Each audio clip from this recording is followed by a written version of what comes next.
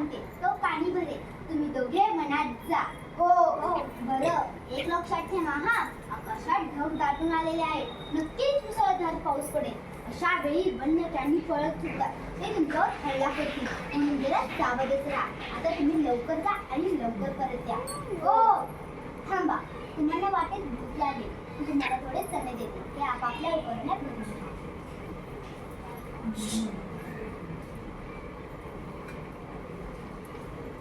माझे उपरणे कालच फाटले आहे. हे सगळे चणे तुम्ही सुदामाला द्या.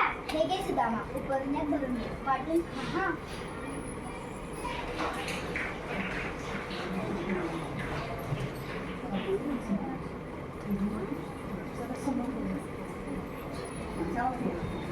पुढे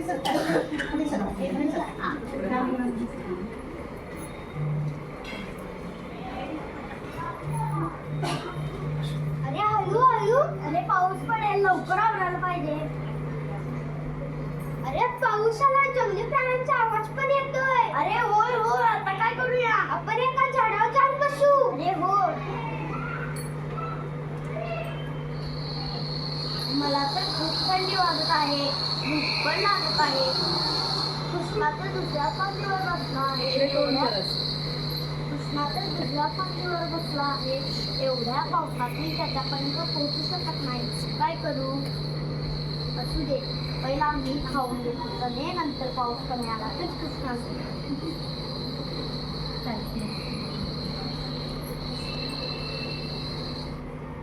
अरे सुदामा, काय खातोस? अरे काही नाही, थंडीमुळे माझे दात कडकडाले.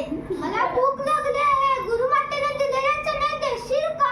अरे झाडावर चढताना माझे उपरणे फांदीत अडकले आणि फाटले. सगळे चणे मातीत पडले. काय करू रे कृष्णा? असू दे सुदामा, चणे मातीत पडले तर पडू दे, इलाज नाही. आपण दोघे आश्रमात जाऊ व जेवू. बहुतेक आज ब्राह्मण कुमार उपाशीच राहिला. आज तू चणे खाऊनही उपाशी आहे असं दाखवत आहेस. माझ्या वाटणीचे चणे तूच खाल्लेस, हे लक्षात असू दे.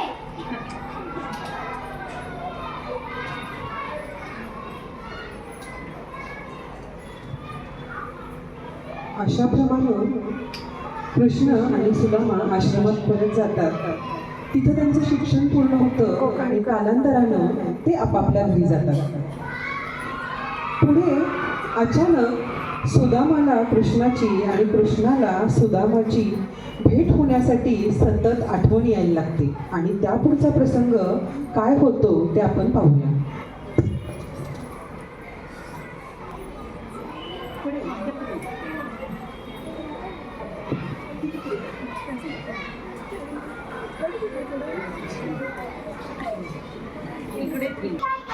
बोल, माझे ऐका.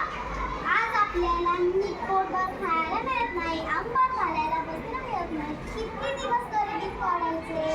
माझे ऐका. तुमचा मित्र द्वारकाधीश श्रीकृष्ण यांच्याकडे जा. त्यांच्याकडे मदत मागा. ते नक्कीच मदत करतील. त्यांची मदत झाली तर आपले दिवस बदलतील. बरं ठीक आहे, मी थोडा विचार करू नका. निघा आता. थांबा, खूप दूरचा प्रवास आहे ना, वाटेत खूप लागेल. मी थोडे पोहे बांधून घेतो.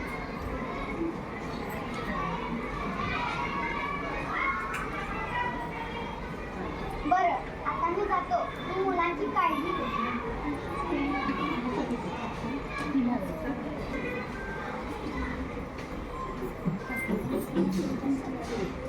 काळ्या इमारती, सोन्या चांदीने भरलेल्या आणि माणसं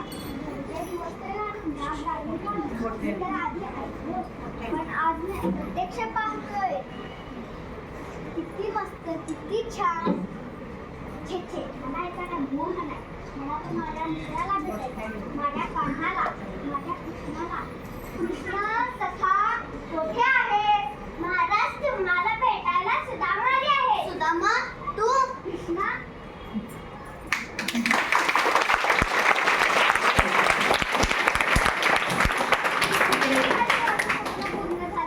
मी तर तुला नेहमीच आठवत असतो.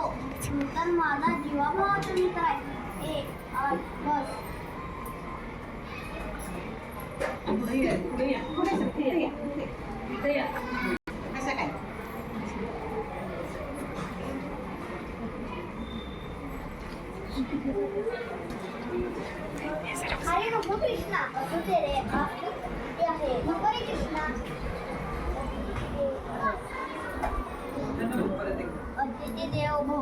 मित्राचं हे प्रेम पाहून सुदामाच्या डोळ्यातून अश्रू यायला लागलेले आहे. खरंच धन्य ती मैत्री.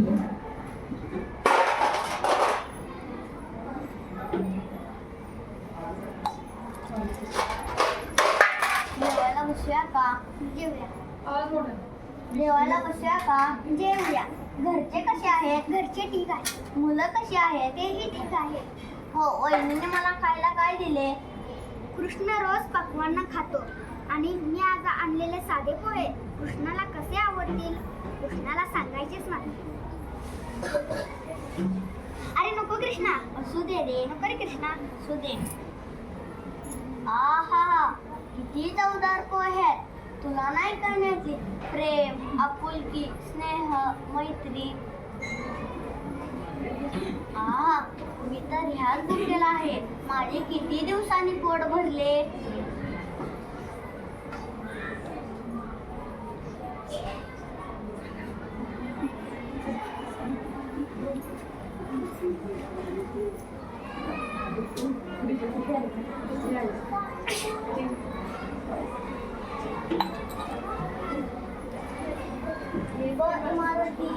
छान आहे. किती मस्त. सुदामा.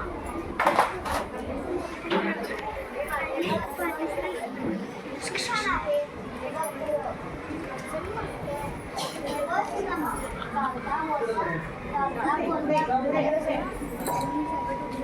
सुदामा.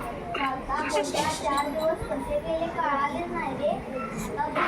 आहे. मी तुला काय तू घेत नाही. अरे तुझ्या मला लहान मित्र आणि भावाचा मित्र. मी तुझ्याकडनं कसं घेऊ? बरं, आता मी जातो.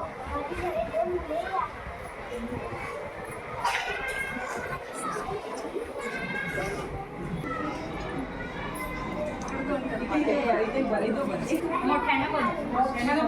अरे तुझ्या दुसऱ्याच्या घरात आलो नाही ना. मी माझ्याच घरात आलो ना.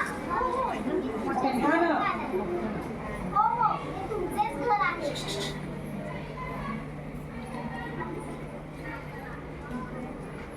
इकडे बघा की, इकडे बघ की, तिरका हो की. मुलांच्या अंगावर रेशमी कपडे, तुझ्या अंगावर दागदागिने. कसा घडला हा चमत्कार? चमत्कार? छे छे, हा तर तुमचा मित्र द्वारकाधीशांचा आशीर्वाद. या कृपेने आपले भाग्य बदलले आहे. आपली दुःख सुखाचे व आनंदाचे दिवस आले. किती तुम्हाला चांगला मित्र. धन्य धन्य तो द्वारकाधीश. इकडे बघ, इकडे बघ. धन्य धन्य तो द्वारकाधीश.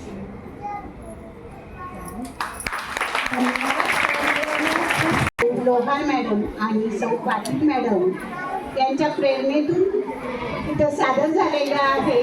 खरोखरच मित्रत्वाचा यांनी सादर केला, त्याबद्दल सर्वांचे मनापासून धन्यवाद.